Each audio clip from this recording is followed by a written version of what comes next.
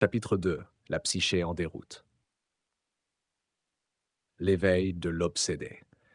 La nuit était tombée sur la ville et enveloppant les façades grises d'un voile d'obscurité.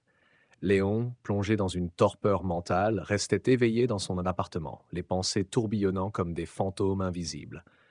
Le poids de la découverte qu'il avait faite, celle que ses accusateurs étaient en réalité des figures puissantes manipulant la justice pour maintenir leur statut, avait ouvert une brèche dans son esprit. Cette révélation l'avait plongé dans une crise psychologique profonde, un tourbillon d'angoisse et de désespoir. Le jour de sa confrontation avec la vérité, Léon avait ressenti un choc déstabilisant. Il avait pris conscience que l'institution judiciaire, censée être le pilier de la justice, était corrompue jusqu'à l'os.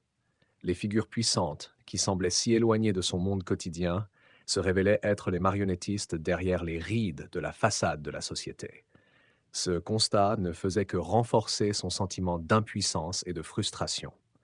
Le déni initial avait laissé place à une obsession croissante. Léon s'accrochait désespérément aux bribes d'informations et aux preuves fragmentaires qu'il avait pu recueillir. Sa recherche de vérité était devenue une quête qui le consumait, à une obsession dévorante qui affectait non seulement sa perception du monde, mais aussi sa propre psyché. Les jours et les nuits se confondaient et il se perdait dans un maelstrom de pensées tourmentées. Chaque aspect de sa vie quotidienne se trouvait affecté. Son appartement, autrefois une simple coquille d'existence, était devenu le théâtre de ses démons intérieurs. Les fissures dans les murs semblaient s'élargir comme pour absorber les tourments de son esprit. Les bruits du vieux réfrigérateur, les échos de la télévision défaillante et symbole de sa propre défaillance mentale. Le marché local, où Léon avait l'habitude d'aller, était maintenant un lieu de désespoir amplifié par ses propres paranoïas. Les rires des enfants et les discussions des vendeurs prenaient des tonalités sinistres dans son esprit troublé. Il percevait des complots dans chaque regard, des mensonges dans chaque parole. La méfiance, qui était auparavant une précaution prudente, s'était transformée en une suspicion maladive exacerbée par sa compréhension des manipulations orchestrées par les puissants. Léon savait qu'il devait échapper à ce tourbillon d'obsession pour éviter de se perdre complètement. Il décida de s'engager dans un processus de rédemption personnelle, non pas en cherchant à réparer le monde autour de lui, mais en tentant de rétablir un équilibre intérieur.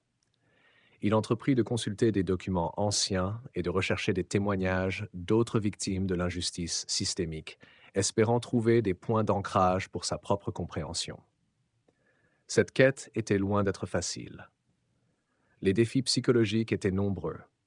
La dépression et l'anxiété s'intensifiaient à mesure que les preuves de la corruption devenaient plus évidentes. Léon s'efforçait de maintenir un équilibre entre son obsession et sa santé mentale, en développant des mécanismes d'adaptation pour contrer les effets dévastateurs de ses découvertes. Il commença à tenir un journal, non seulement pour documenter ses découvertes, mais aussi pour clarifier ses pensées et ses émotions. Écrire devenait une forme de catharsis, un moyen de mettre de l'ordre dans le chaos mental qu'il endurait. Les réflexions sur la manipulation qu'il avait observée se mêlaient aux introspections personnelles sur ses propres réactions et ses comportements. Léon chercha également du soutien extérieur. Il rejoignit des groupes de discussion en ligne sur la corruption et les abus institutionnels, partageant ses expériences et écoutant celles des autres. Cette interaction avec des personnes ayant vécu des situations similaires lui apporta une certaine forme de validation et de réconfort. Il découvrit que ses propres luttes étaient des réflexions des souffrances plus larges infligées par le système qu'il cherchait à dénoncer.